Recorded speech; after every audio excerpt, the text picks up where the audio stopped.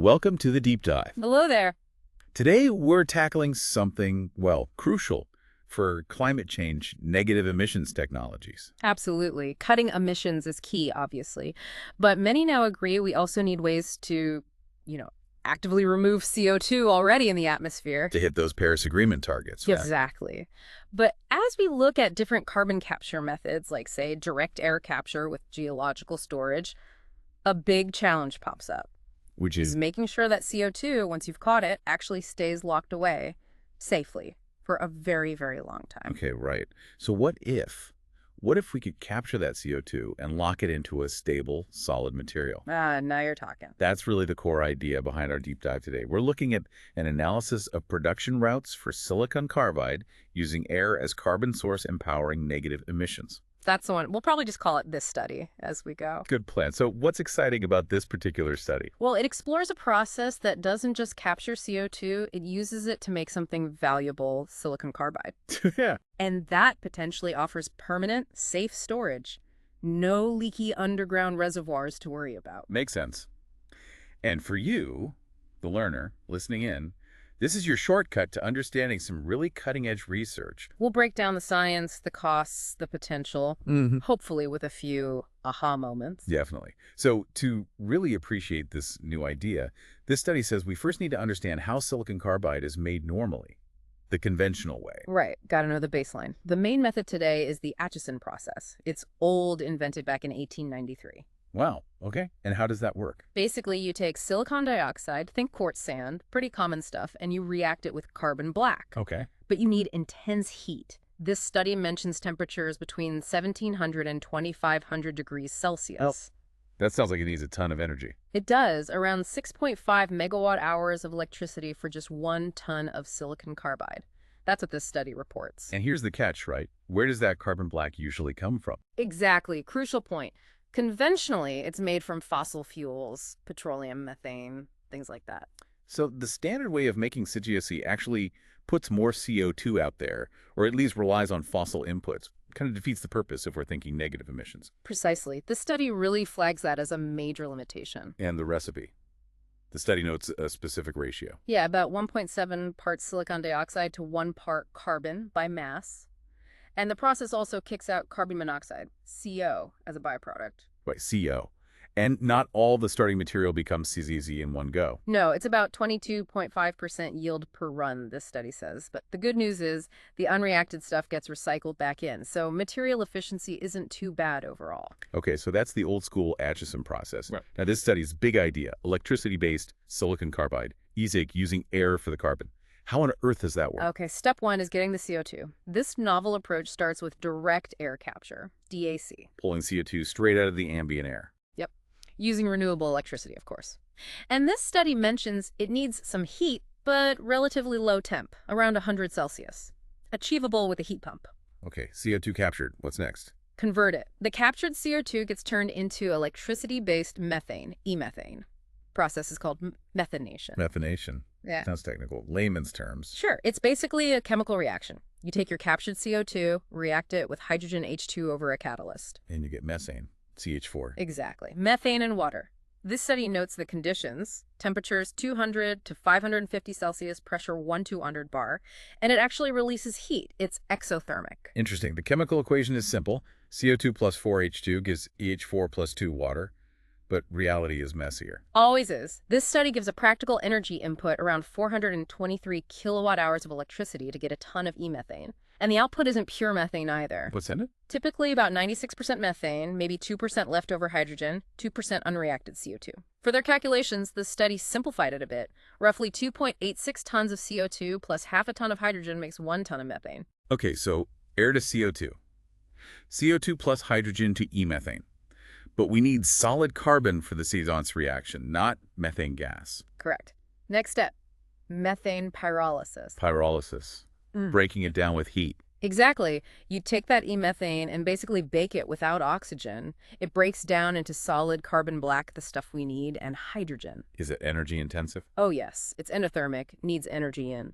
This study pegs it at around 1,285 kilowatt hours of heat at 1,000 Celsius and 35 bar per ton of methane processed. Phew. And when it comes out? According to the study, from 1.3 tons of methane, you get about 1 ton of carbon black and zero point 0.3 tons of hydrogen. Ah, more hydrogen. Can that be used? Yes, and that's clever. This study points out you can feed that hydrogen back into the methanation step we just talked about, reduces the need to make fresh hydrogen. Nice loop. Anything else so clever about the pyrolysis? Yeah, they mentioned potentially using the carbon black product itself as a catalyst for the reaction and recycling any methane that didn't react, boosting efficiency again. Smart.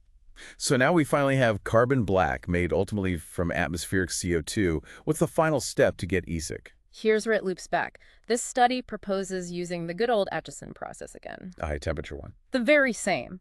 But this time, you react your e-methane-derived carbon black with silicon dioxide, and you get ESIC. And you still get that carbon monoxide byproduct, the CO. You do. Wait, hang on. We went to all this trouble to capture CO2, and now we're making CO. How does that help? Good question. But crucially, this study emphasizes that the CO isn't just vented. It can be fed back into the methanation stage right at the beginning. Ah, so the carbon atom in that CO gets reused to make more methane. Exactly. It becomes part of the cycle. This study even includes the calculation for its CO2 equivalent, so they account for its carbon properly in the overall balance. Okay, that makes much more sense. It's a circular system. This study actually has a diagram, figure 1, showing this whole integrated route. It helps picture how DAC, methanation, pyrolysis, Atchison, how they all connect. It really does clarify things. And once you see the whole picture, this study then digs into the overall energy and mass flows. What goes in, what comes out. Right, the bottom line numbers. Let's get into those. How efficient is this whole thing at removing CO2? Okay, so based on their 2030 projections, for every ton of CO2 you successfully pull from the air and run through this process, you can produce about 0.41 tons of E6. So nearly half a ton of solid product for every ton of CO2 removed. That's tangible. What are the energy costs for that removal? The overall electricity needed per ton of CO2 stored is estimated at about 10.8 megawatt hours in 2030. That's still a lot of energy. It is. But they projected improving down to maybe 9.9 megawatt hours by 2050. Better tech, more efficiency. And this study breaks that energy use down, right? I remember seeing table 2. Yes, it shows the demand for each step. DSC, making the hydrogen via electrolysis, methanation, pyrolysis, and the final Atchison step. You can see where the big energy sinks are. Useful. And looking at it the other way, how much CO2 is locked up in the final product? This study calculates that 1 ton of the solid ESIC effectively stores about 2.44 tons of CO2 that was originally in the atmosphere. Okay. And the total energy to make that 1 ton of ESIC? About 26.2 megawatt hours in 2030, projected to fall to 24.2 by 2050. These energy numbers are absolutely vital when we start asking, is this affordable?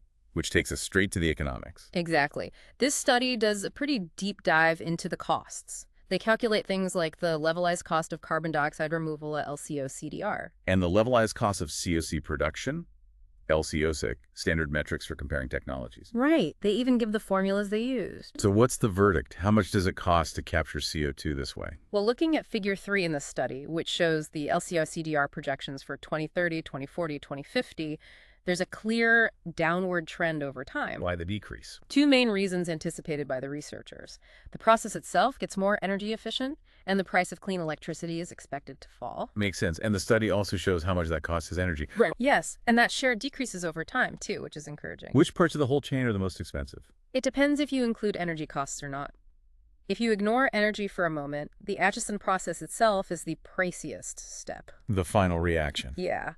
But when you do factor in the energy costs, especially in 2030, the big one is actually water electrolysis, making the hydrogen. Ah, because electrolysis just eats up electricity. Exactly. It's very energy intensive. But this study thinks that might change. Yes. They project that as electricity gets cheaper and electrolyzer tech improves, its cost will drop. By 2040 or 2050, the Atchison process might become the dominant cost factor again, even including energy. Okay, but silicon carbide isn't just waste, it's a product you can sell. Does that help the economics? That's the next layer this study looks at. Figure 4 analyzes this. They assume a global market price for Syndicate 883 euros per ton. Does selling it make the whole thing pay for itself? Interestingly, based on their model, no, not really, at least not until 2050. And that's without any extra payment for the carbon removal itself. So just selling the product isn't enough to make it a cost-effective way to remove CO2, at least in the near term. Not by itself, no. This is where carbon pricing or carbon compensation becomes critical. Paying for the act of removing CO2. Exactly. This study models what happens if you add a value for that removed CO2, say 135 euros per ton of CO2 in 2030, rising later. And then does it look better? Much better. With that carbon compensation added to the revenue from selling the CSAC, the whole process becomes potentially profitable right from 2030 onwards. Wow, that's a game changer. How profitable? This study projects a potential profit of maybe 15 euros per ton of CO2 removed in 2030. But by 2050, with lower costs, CSAC resales, and carbon compensation, that could jump to around 259 euros profit per ton of CO2. That really highlights how important carbon pricing policies could be for technologies like this. Absolutely essential, really, to get them off the ground. Now, this study also threw in a really interesting, potentially massive market for e-cig, using it as construction sand. Yeah, that was eye-opening. We know there's growing scarcity of good quality construction sand globally. People even talk about sand robbery. Right. And it turns out Sinter's state particles from the Atchison process are roughly the right size. So could you substitute e-cig for sand, maybe in concrete? That would be a huge volume. What did the study assume? They modeled increasing substitution rates starting small, like 3% in 2030, but rising to maybe 50% by 2050. If you could store carbon in roads and buildings at that scale, wow. But what about the cost? Sand is cheap. E-cig sounds expensive. And that's the rub. Figure 4 looked at this too. Even with carbon compensation included, using e-cig just as sand substitute is projected to still be uneconomical by 2050. Oh, so not quite viable yet. Not quite. It gets closer, though. This study suggests maybe with higher CO2 prices than they assumed, or further big cuts in the e-cig production costs, it could become viable down the line. And the scale difference between these markets is huge. Massive. This study estimates the technical ceramics market could maybe store up to 290 megatons of CO2 per year by 2050 using e-cig. Which is significant, but not globally transformative. Right, but the construction sand market. If e-cig could capture a large chunk of that, the potential storage skyrockets to maybe 13.6 gigatons of CO2 per year by 2050.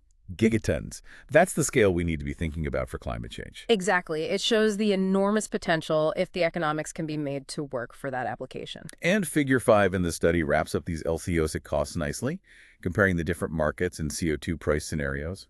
Gives you the full picture. It does. And, while this whole integrated route pyrolysis, Atchison using e-methane is the main focus because the tech is relatively mature. The IPA route, they called it. Right, the IPA route. This study also glances at some other, maybe more futuristic ways to do this. Like what? What else did they mention?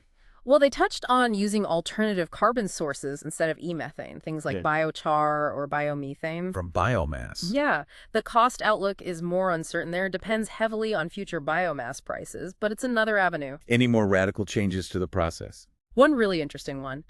Direct electrolysis of CO2, using molten salts at high temperature, like 750 Celsius, to split CO2 directly into solid carbon and oxygen. Whoa. So skipping the hydrogen, the methanation, the pyrolysis. Potentially, yes.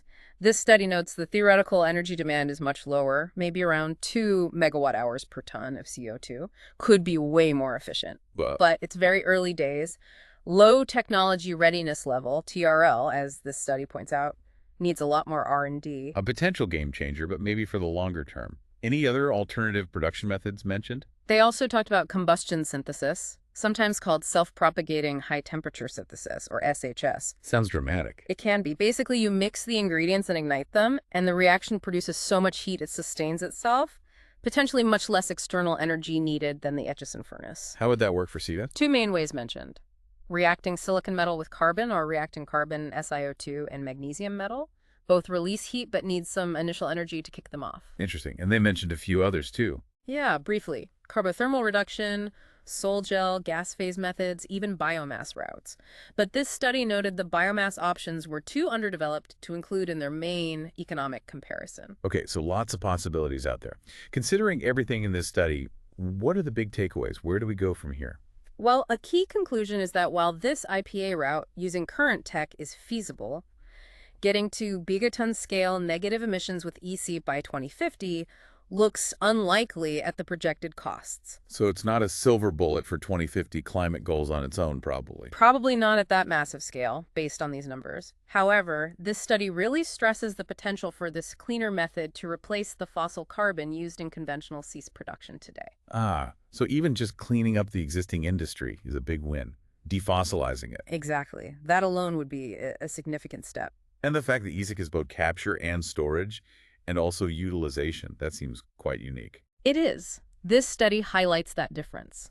Unlike a lot of carbon capture and utilization, CCU, where the CO2 might get released later, here it's locked into a very stable, solid, permanent storage. They compare it to making e-carbon fiber in that sense. That permanence is really valuable. But clearly, more work is needed. Definitely. This study calls for more R&D, especially into those alternative production methods, combustion synthesis, direct CO2 electrolysis, and also optimizing the current route, like figuring out exactly how pure the carbon needs to be. And that construction sand idea, it still hangs out there as a huge potential prize, right? It does, especially with global sand scarcity getting worse.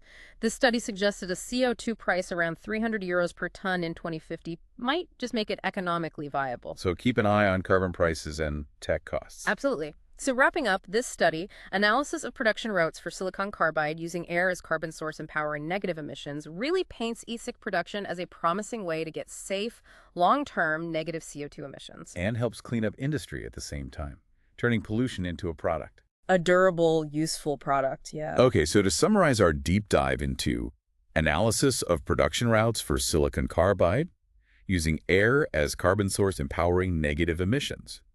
We've learned it's possible to make CSARC from air using known tech, but it takes a lot of energy.